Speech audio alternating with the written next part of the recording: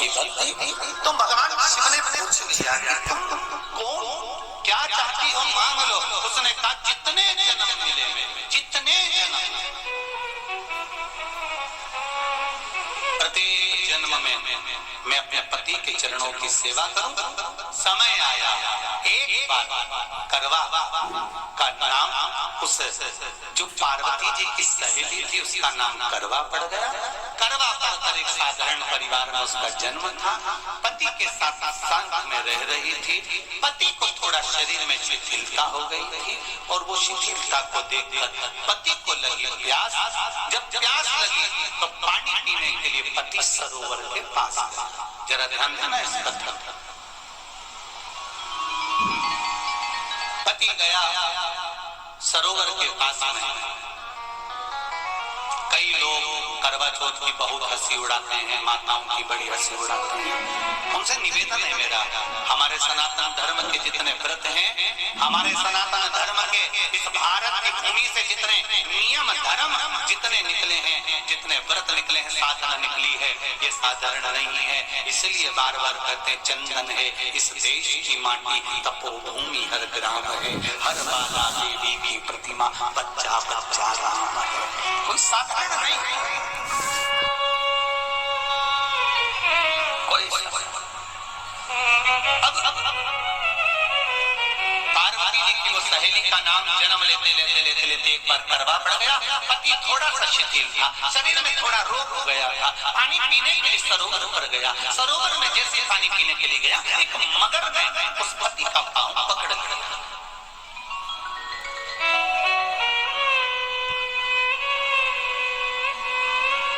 बहुत ध्यान दीजिए, हनुमान जी की सेवा करने से राम जी मिल जाते हैं। ध्यान देना। करवा पार्वती जी की सखी थी, जन्म लिया मृत्यु लोक में, नाम करवा पड़ गया। करवा चतुर्थी का व्रत करने से अखंड सौभाग्य हो जाता है। मात्र पार्वती जी की सहेली का व्रत।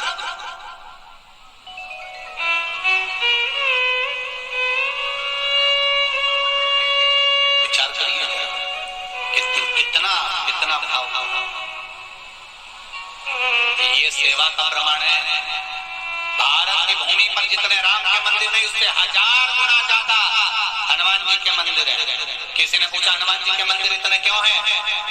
तो कहा गया राम जी की सेवा हनुमान जी ने इतनी करी कि भारत की भूमि पर सेवा पूजा गई। इसलिए हनुमान के मंदिर ढेर बने हुए हैं। हमारे यहाँ सेवा पूजा करवा गई। करवा ने देखा कि मेरे पति का पांव मगर ने पकड़ रखा है और करवा शिव की उपासक थी। करवा शंकर के उपासक, और शंकर भगवान से ज्यादा करवा माता पार्वती जी की उपासक थी, क्योंकि पार्वती जी की सहेली थी।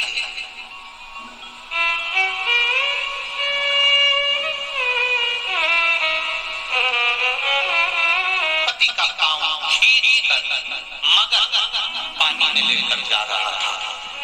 करवा आराधना में लगी हुई थी।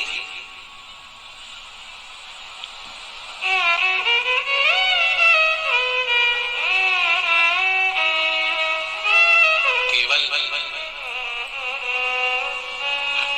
करवा ने मिट्टी का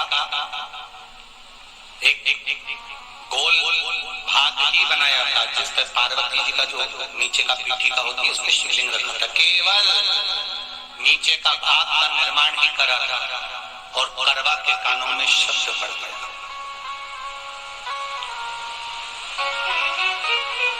करवा के कानों में शब्द पड़ गया, पति के चीखने की आवाज आई। करवा दौड़ पड़ी। ये तो अब कैलेंडर में छपा हुआ करवा चौथ का फोटो आने लगा। नहीं तो पहले नियम था दीवार पर बनाई जाती थी और वहां पूजन करी जाती थी। कई माताएं जानती होगी यहाँ पर आज भी, पहले दीवार पर बनती थी, पूरा परिवार की सौभाग्यवती नारियां वहां आकर पूजन करती थी एक जगह, फिर बाद में छत पर जाकर करवे का अर्घ दिया करती थी। ये नियम था। अब तो बना बनाया कागज आ जाता, उसको चिपका दो, पूजन कर लो, वो अलग प्रमाण। पर यहाँ करवा मट्टी का भाग का लेपन कर रही थी, और लेपन करते करते बस उस समय पर पति की आवाज आई, छोड़ा, करवा भागी। और शिव आराधना में लगी हुई करवा, पार्वती की आराधना में लगी हुई करवा भाग कर गई। पति को देखा तो मगर खींच कर ले जा रहा था। करवा ने अपना तीर फाड़ा, फाड़ कर मगर की पूंछ को पकड़ कर खींचा। और कितना सात्विकता में बल होगा, जरा विचार करना कि मगर को खींच कर वृक्ष के नीचे ले गई, और वृक्ष के नीचे नहीं जा पाई तो वहीं पर घाट के ऊपर घास लगी हुई थी। इसलिए आज भी करवा चौथ के व्रत में आपने देखा होगा कुछ सलाखें, कुछ घास आपको मिल जाती है। उससे एक घास से, मात्र एक घास से उसने उस मगर को बांध दिया। मगर हिल नहीं पाया। यम के दूत आ गया इसके पति को मौत के गिलास में जाने के लिए। यम के दूत। करवा ने पूछा तुम कौन हो, कैसे आना हुआ?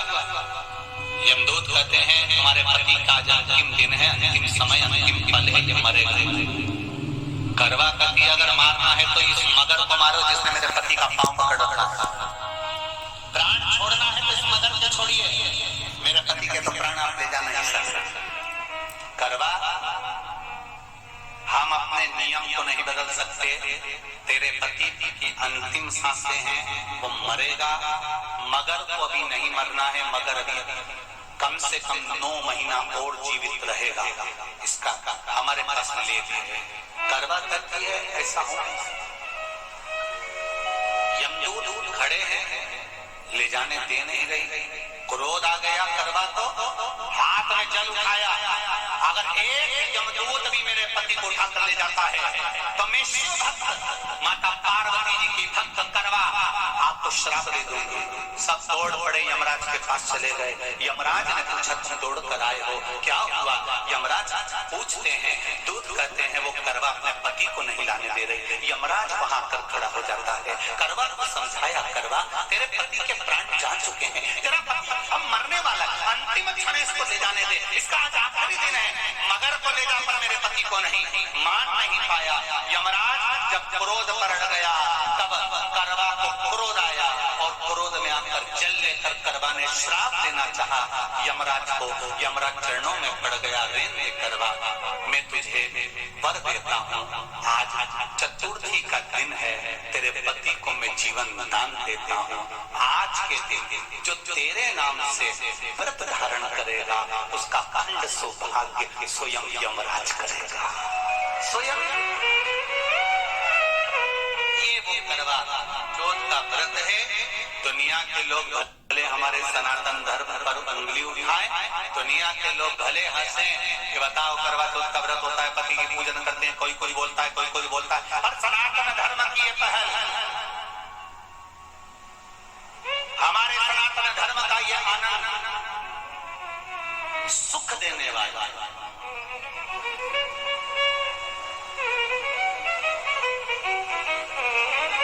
एक बात और कहेंगे आप,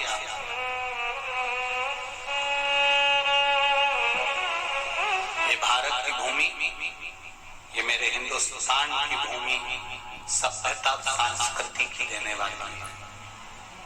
ये सिखाती है विदेशों को कि नारी को किस तरह से रहना चाहिए और उसका जीवन कैसा जीना चाहिए। ये दिखाती है कि एक नारी अपने पति को भी यम की कैद से छुड़ा कर ला सकती है। ये दिखाती है।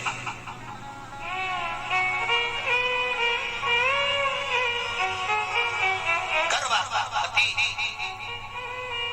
जो मगर ने पांव पकड़ रखा था, प्राण छूट रहे थे, वो करवा का पति जीवित रह गया। जीवित दौड़ कर गई, मट्टी का पात्र रखा था, मट्टी के पात्र में जल भर कर लाई अपने पति को, क्योंकि पानी पीने के लिए ही गया था, जल पीने के लिए गया था।